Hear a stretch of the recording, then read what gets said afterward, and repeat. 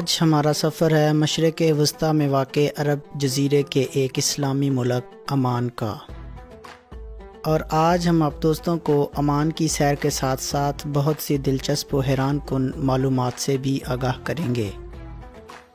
Video شروع کرنے سے پہلے نئے آنے والے دوستوں کو جانی ٹی وی میں خوش آمدید کہتا ہوں، اور جن دوستوں نے ابھی تک ہمارے چینل جانی ٹی وی کو سبسکرائب نہیں کیا ان سے گزارش ہے کہ سوچئے مت، جلد از جلد چینل کو سبسکرائب کرتے ہوئے ساتھ بیل آئیکن پر بھی پریس کر دیں تاکہ تمام معلوماتی ویڈیوز آپ لوگوں تک بروقت پہنچتی رہیں۔ عمان، جس کا مکمل نام سلطنت عمان ہے، 3,09,500 مربع کلومیٹر رقبے پر مشتمل ہونے کے ساتھ ساتھ دنیا کا 70واں بڑا ملک ہے۔ عمان کے شمال مغرب میں UAE، مغرب میں سعودی عرب اور جنوب مغرب میں یمن واقع ہے، جبکہ شمال مشرقی بارڈر سمندری سرحدوں کے ساتھ پاکستان اور ایران سے لگتا ہے۔ مسقط عمان کا دارالحکومت ہے اور مسقط 6 ریاستوں پر مشتمل ہونے کے ساتھ ساتھ عمان کا سب سے بڑا شہر بھی ہے۔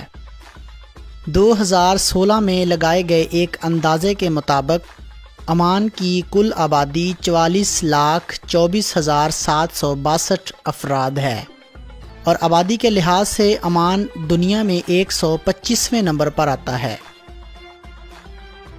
عمان کے لوگوں کا مذہب اسلام ہے۔ عمانی حکومت مذہبی وابستگی کے سرکاری اعداد و شمار تو نہیں رکھتی، مگر ایک اندازے کے مطابق 3/4 لوگ اسلام کے فرقہ عبادزم سے تعلق رکھتے ہیں، جبکہ باقی 25% لوگ سنی اور شیعہ فرقے سے تعلق رکھتے ہیں، اور 5% لوگ دوسرے ملکوں سے آئے ہوئے ہندو اور عیسائی مذاہب سے تعلق رکھتے ہیں۔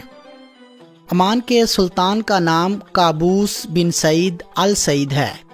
قابوس بن سعید السعید عمان کی سلطنت کے ایک ایسے سلطان ہیں جنہیں لمبے عرصے تک عمان کے سلطان رہنے کا شرف حاصل ہے۔ اگر آپ لوگ عمان میں کام کے ویزے یا پھر سیر کے ویزے پر جا رہے ہیں تو یہ بات ذہن نشین کر لیں کہ آپ وہاں جا کر عمان کے سلطان کے بارے میں کچھ برا بلا نہیں بول سکتے، کیونکہ عمان میں ایسا کرنا قانوناً جرم ہے۔ بدقسمتی سے سلطان قابوس بن سعید السعید کی کوئی اولاد نہیں ہے، اور نہ ہی ابھی تک سلطان نے اپنا کوئی واضح جانشین بنایا ہے جو کہ ان کے بعد عمان کا سلطان بنے گا۔ عمان میں سلطان قابوس کے نام پر مسقط میں ایک مسجد بھی تعمیر کی گئی ہے، جس کو بنانے میں 6.5 سال لگے تھے، اور اس کی بناوٹ میں استعمال ہونے والا پتھر بھارت سے منگوایا گیا تھا۔ اگر آپ عمان میں رہائش پذیر ہیں تو یہ بات بھی ذہن نشین کر لیں کہ عمان کی پولیس کو آپ کے گھر کی تلاشی لینے کے لیے کسی بھی وارنٹ کی ضرورت نہیں ہوگی۔ سیاحت کے ساتھ ساتھ مچھلی، کھجور اور زرعی مصنوعات کی تجارت عمان کی معیشت کا ایک اہم حصہ ہے، جبکہ پڑوسی ملک متحدہ عرب امارات، سعودی عرب اور یمن کی معیشت کا دار و مدار صرف اور صرف تیل سے ہی منسلک ہے۔ عمان میں جرائم کی شرح 0%، جبکہ تعلیم کی شرح 91% ہے۔ عمان میں بہلا نام کا ایک شہر مٹی سے بنے ہوئے برتنوں کے مرکز کے طور پر مشہور ہے۔ عمان میں آپ کو براعظم ایشیا، براعظم یورپ اور افریقہ میں پائے جانے والے پرندے بھی نظر آئیں گے۔ عمان کے شہر مسقط کا کلاک ٹاور دور جدید کے عمان میں سب سے قدیم ترین یادگار ہے۔ عمان کے لوگ گھوڑے بہت شوق سے پالتے ہیں، شاید یہی وجہ ہے کہ عمان کے گھوڑے پوری دنیا میں سب سے زیادہ پسند کیے جاتے ہیں۔ عمان کا قومی نشان کراس خنجر ہے۔ یہی وجہ ہے کہ اس علامت کو عمان کے قومی پرچم اور دیگر سرکاری علامات میں بھی استعمال کیا جاتا ہے۔ عمان اقوام متحدہ کا رکن ہونے کے ساتھ ساتھ عرب لیگ کا بھی مستقل رکن ہے۔ عمان میں سڑکوں پہ لگے ہوئے سائن بورڈز عربی اور انگلش دونوں زبانوں میں ہوتے ہیں۔ تیل اور گیس کو عمان میں بڑے پیمانے پر جبکہ تانبے کو بھی محدود مقدار میں برآمد کیا جاتا ہے۔ عمان ایک دن میں 9 لاکھ بیرل تیل پیدا کرتا ہے۔ ماؤنٹین ڈیو عمان میں سب سے زیادہ فروخت ہونے والی مشروب ہے۔ آپ لوگوں کو یہ جان کر بہت حیرانی ہوگی کہ کوکا کولا کے مشروبات عمان میں بہت کثیر تعداد میں ملتی ہیں، جس کی سب سے بڑی وجہ عمان کے لوگوں کی ماؤنٹین ڈیو سے محبت ہے۔ اگر آپ عمان میں شراب خریدنا چاہتے ہیں تو اس کے لیے آپ کو پہلے عمان کی حکومت سے لائسنس لینا پڑے گا۔ اس کے علاوہ عمان میں آپ اپنی ماہانہ آمدنی کا 10% سے زیادہ ایسی مشروبات پہ خرچ نہیں کر سکتے۔ حیران کن بات یہ ہے کہ 1970 تک عمان میں ایک بھی ہوٹل نہیں تھا، مگر اب سیاحت کے پیش نظر عمان میں سینکڑوں ہوٹلز موجود ہیں۔ عمان کا شہر سلالہ تاریخ میں پیغمبروں کے شہر کے حوالے سے مشہور ہے۔ یہاں حضرت مریم علیہ السلام کے والد حضرت عمران علیہ السلام کی قبر موجود ہے۔ اس کے علاوہ حضرت ایوب علیہ السلام، حضرت ہود علیہ السلام، حضرت یونس علیہ السلام، حضرت اویس کرنی اور مزید انبیاء کی قبریں بھی موجود ہیں۔ یہیں پہ حضرت صالح علیہ السلام کی اونٹنی کے قدموں کے نشان بھی پائے جاتے ہیں، اور حضرت سلیمان علیہ السلام پہ ایمان لانے والی ملکہ بلقیس کا محل بھی موجود ہے۔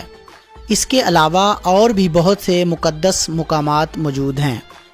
آپ دوستوں کو ایک حیران کن معلومات سے آگاہ کرتا چلوں کہ سلالہ میں ایک ایسا پہاڑ بھی ہے جہاں پر اگر آپ اپنی گاڑی کو نیوٹرل بھی کر دیتے ہیں تو وہ چڑھائی کی جانب چڑھتی رہتی ہے بجائے نیچے جانے کے۔ کچھ لوگ اس کو مقناطیسی کشش کہتے ہیں تو کچھ لوگ اس کو جادوئی طاقت۔ سامری جادوگر کا نام آپ نے بچپن میں ہی کہانیوں کی کتابوں میں پڑھا اور سنا ضرور ہوگا۔ سلالہ میں اسی سامری جادوگر کا تابوت بھی موجود ہے۔ عمان کی عورتیں اپنے چہرے پر ایک ماسک پہنتی ہیں اور پاؤں سے لمبے برقعے پہنتی ہیں۔ ان عورتوں کا ماننا ہے کہ اس عمل سے سامری جادوگر کے جادو سے بچا جا سکتا ہے، کیونکہ سامری جادوگر اپنے وقت کا ایک بہت بڑا جادوگر تھا۔ اس کو جو بھی لڑکی یا عورت پسند آ جاتی تو اس کے پاؤں کی خاک پر تنتر منتر پڑتا تو وہ عورت اس کے قابو میں آ جاتی تھی اور وہ اس سے اپنی ناجائز ضروریات پوری کرتا تھا۔ اسی لیے عمان کی عورتوں میں یہ روایت برسوں سے چلی آ رہی ہے کہ ان لڑکیوں کا ماننا ہے کہ چہرے پر ماسک پہننے سے چہرے کی خوبصورتی چھپ جاتی ہے اور برقعے کی لمبائی سے پاؤں کے نشان بھی مٹتے جاتے ہیں۔ یہ روایت آج بھی عمان میں کہیں کہیں پائی جاتی ہے۔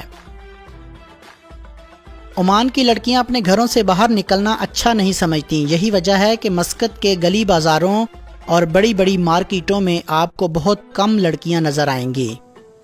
عمان کا یہ قانون بھی بہت دلچسپ ہے کہ عمان میں اگر کوئی خارجی لڑکی کسی عمانی سے شادی کرتی ہے تو اس کو عمان کی نیشنلٹی دے دی جاتی ہے، جبکہ اگر کوئی عمانی لڑکی کسی خارجی مرد سے شادی کر لے تو اسے خارجی قرار دے دیا جاتا ہے۔